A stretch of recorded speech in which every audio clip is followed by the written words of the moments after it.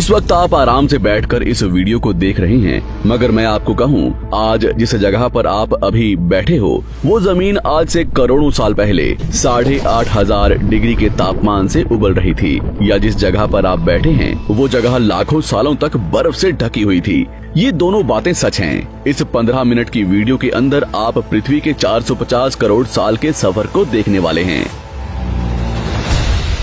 जिस जगह आज हमारा सौरमंडल है, वहाँ विभिन्न प्रकार की गैस और धूल के बादल हुआ करते थे। वैज्ञानिकों के मुताबिक इन धूल के बादलों से दूर एक तारा हुआ करता था। वक्त के साथ साथ उस तारे की ऊर्जा कम होने लगी, जिसके कारण उसके अंदर एक विशाल विस्फोट हुआ। विस्फोट की वजह से अंतरिक्ष की ये धूल एक दूसरे से दबने लगी। इस दौरान बादलों में स्थित धूल के कण दबाव और गर्मी के कारण बड़े उल्कापिंड और पत्थरों में परिवर्तित हो चुके थे, और इसी दबाव की वजह से इन बादलों में स्थित रेडियो एक्टिव पदार्थ ने ग्रेविटी का निर्माण किया। इस ग्रेविटी के कारण बीच में हाइड्रोजन और हीलियम इकट्ठा होने लगे। बीच के इस भयंकर दबाव के कारण एक विशाल विस्फोट हुआ, और इसी विस्फोट के कारण हमारे सूरज का जन्म हुआ। अंतरिक्ष में फैले एस्टेरॉयड यानी क्षुद्र ग्रहों में भारी वजन की वजह से सूरज के करीब आकर सूरज की परिक्रमा करने लगे।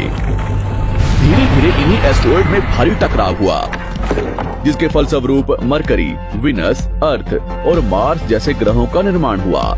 वैज्ञानिकों के मुताबिक उस वक्त पृथ्वी और मार्स यानी मंगल ग्रह के बीच थिया नामक ग्रह सूरज की परिक्रमा किया करता था। पृथ्वी पर ग्रेविटी होने की वजह से सूरज की परिक्रमा करने वाले एस्टेरॉयड अब पृथ्वी की परिक्रमा करने लगे, और धीरे धीरे करोड़ों सालों तक ये पृथ्वी पर गिरते रहे। और ऐसी घटना हमारे पड़ोसी ग्रह थिया पर भी हो रही थी, जिसके कारण थिया पृथ्वी के और करीब आने लगा और आकर पृथ्वी से टकराया।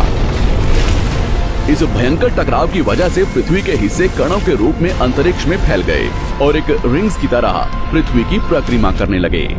इन्हीं परिक्रमा करते हुए कणों में टकराव होने लगा, जिसके कारण हमारे चांद का निर्माण हुआ। उस वक्त पृथ्वी पर सिर्फ एक ही समुद्र हुआ करता था, और वो था 1900 डिग्री सेल्सियस की तापमान पर उबलते हुए लावे का। उबल रही थी वो सारी चीजें जिसे आज आप अलग अलग नाम से जानते हैं।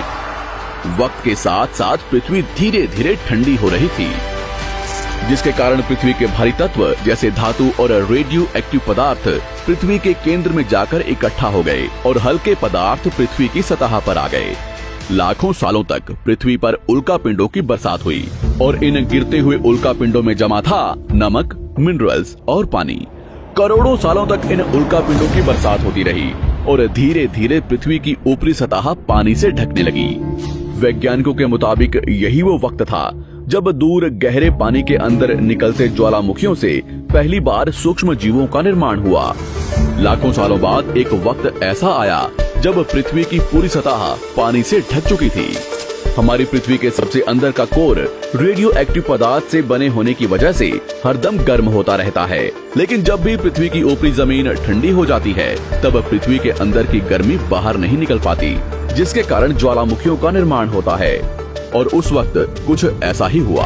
पानी से ढकी हुई पृथ्वी पर हजारों की तादाद में ज्वालामुखी निकलने लगे, और आने वाले लाखों सालों तक इन ज्वालामुखियों का निकलना जारी रहा, जिससे पानी के ऊपर जमीन का निर्माण हो रहा था।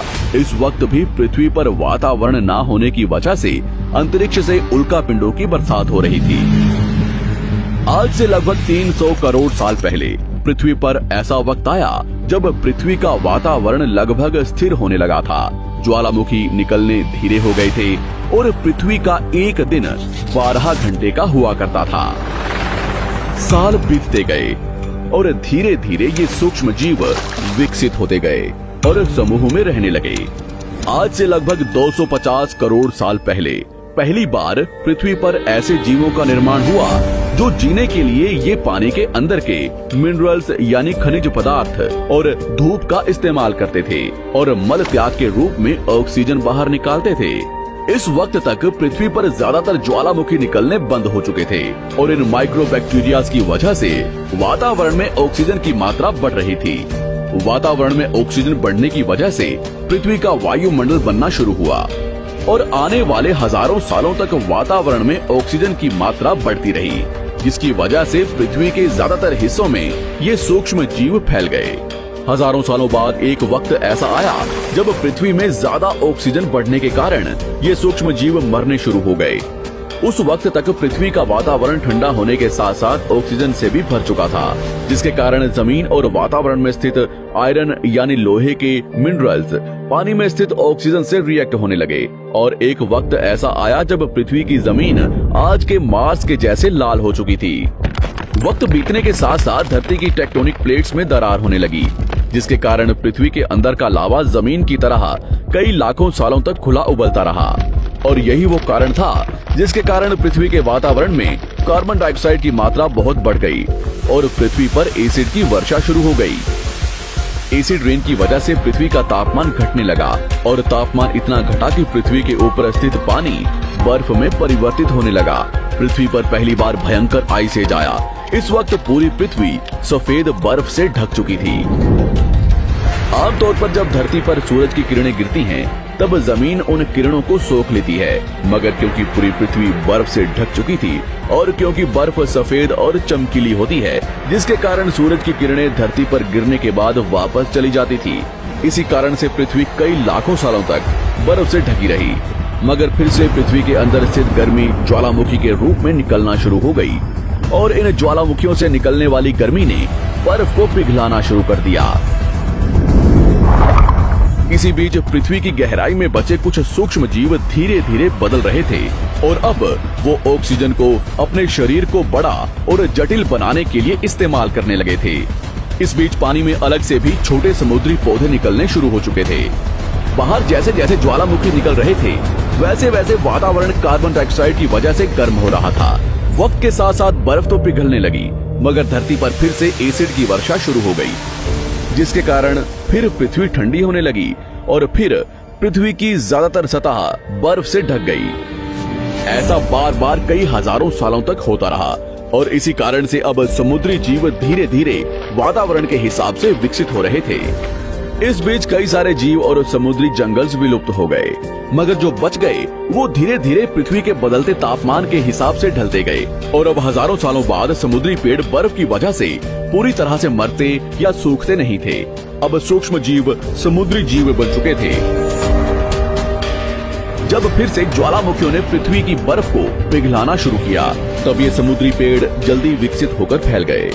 धीरे धीरे वातावरण में ऑक्सीजन की मात्रा बढ़ने लगी और पृथ्वी पर होने वाली एसिड की वर्षा कम होने लगी। वातावरण में ऑक्सीजन आने की वजह से पृथ्वी की ओजोन लेयर्स मोटी होने लगी और आज से लगभग 47 करोड़ साल पहले पृथ्वी की ऊपरी सतह पर पहली बार मोसोस नामक प्लांट उगना शुरू हुआ। वक्त के साथ साथ जमीन पर अलग अलग प्रकार के पौधे और पेड़ उगना शुरू हुए। एक वक्त ऐसा आया जब जमीन के पेड़ों की लंबाई लगभग 80 से 100 फीट जितनी या आज के 5 से 6 मंजिला बिल्डिंग जितनी ऊंची हो चुकी थी। ये वो वक्त था जब समुद्री जानवर समुद्र से बाहर निकल रहे थे और जमीनी जानवरों में परिवर्तित हो रहे थे। धरती की ज्यादातर जमीन एक जगह इकट्ठी हो चुकी थी, जिसे आज हम पैंजिया महाद्वीप के नाम से जानते हैं। पृथ्वी का वातावरण और तापमान लगभग स्थिर हो चुका था और अब करीब 21 से 23 घंटे का दिन हुआ करता था। अब समुद्री जीव पानी से बाहर रहने लगे थे और वातावरण के हिसाब से उनके शरीर का रंग रूप बदल रहा था। धीरे धीरे ये जमीनी जानवर डायनासोर्स में परिवर्तित हो गए। जिन डायनासोर्स ने पेड़ पौधे खाने शुरू कर दिए, उनका शरीर लंबा और विशाल रूप से विकसित होने लगा। कुछ डायनासोर्स शिकार किया करते थे, जिसके कारण वे छोटे और तेज होते चले गए।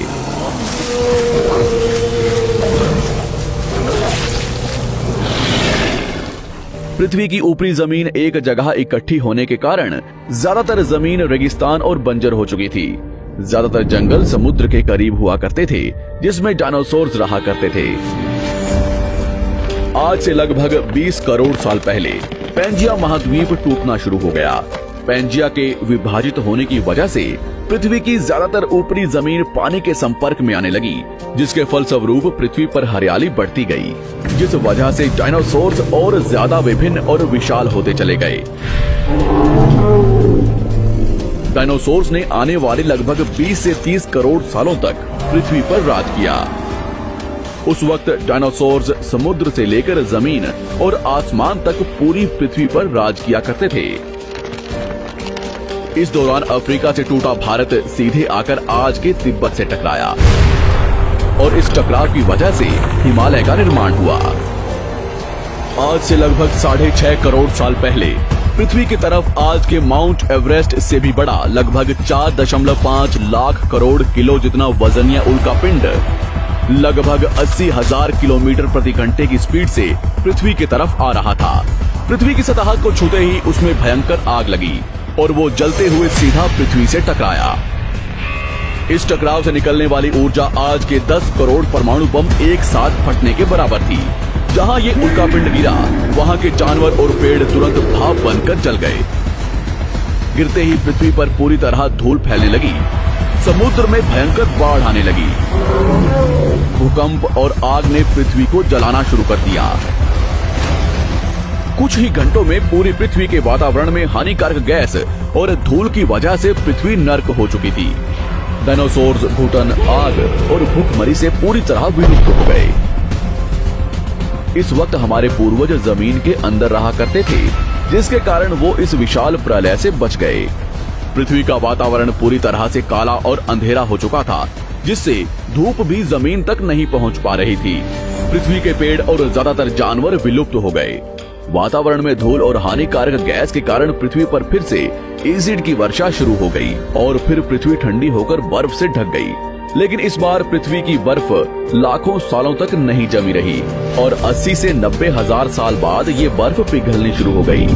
जैसे ही धरती पर वातावरण फिर से पहले जैसा होने लगा, वैसे ही ये छोटे जीव जमीन से बाहर आना शुरू हो गए। उस वक्त पृथ्वी की बर्फ पिघलनी शुरू ही हुई थी, जिसके कारण अफ्रीका में घने ठंडे जंगल हुआ करते थे और इसी बीच ये जमीनी जीव बंदरों में परिवर्तित हुए। मगर जैसे जैसे पृथ्वी गर्म होने लगी, वैसे वैसे अफ्रीका के ये जंगल सूखने लगे। जंगल की चीजें खाने वाले बंदरों को खाने की कमी होने लगी। खाने की तलाश में इन बंदरों ने अपने पैरों पर चलना शुरू कर दिया, जिससे उन्हें दूसरे जानवरों के शिकार करने में मदद मिलती थी। धीरे धीरे बंदर एप्स यानी वानर में परिवर्तित हुए। खाने की तलाश में ये एप्स पृथ्वी के दूसरे हिस्सों में फैलने लगे और धीरे धीरे उनके शरीर का रंग रूप वहाँ के मौसम के हिसाब से बदलता गया। वक्त के साथ साथ हम आदिवासी बने। हमने हथियारों से लेकर आग का आविष्कार किया। हम धीरे धीरे इंसान के रूप में विकसित हुए। हमने धर्म से लेकर परिवार, भाषा और संस्कृति का निर्माण किया और वक्त के साथ साथ हम विकसित होते चले गए और आज हम इस पृथ्वी की सबसे विकसित प्रजाति बन चुके हैं। पृथ्वी को आज के जैसे बनने में लगभग 450 करोड़ साल का वक्त लगा है और हमें एक छोटे जमीन में रहने वाले जानवर से इंसान बनने में कई लाखों सालों का। मगर हमने इन 100 सालों में जितना पृथ्वी को गंदा और तबाह किया है, उतना आज तक किसी भी प्रजाति ने नहीं किया होगा। हम फिर से धरती को गर्म कर रहे हैं और कार्बन डाइऑक्साइड की मात्रा बढ़ा रहे हैं। वैज्ञानिकों का मानना है कि पृथ्वी पर फिर से विशाल परिवर्तन होने वाला है। भविष्य में पृथ्वी कैसी होगी, जानेंगे हमारी अगली वीडियो में।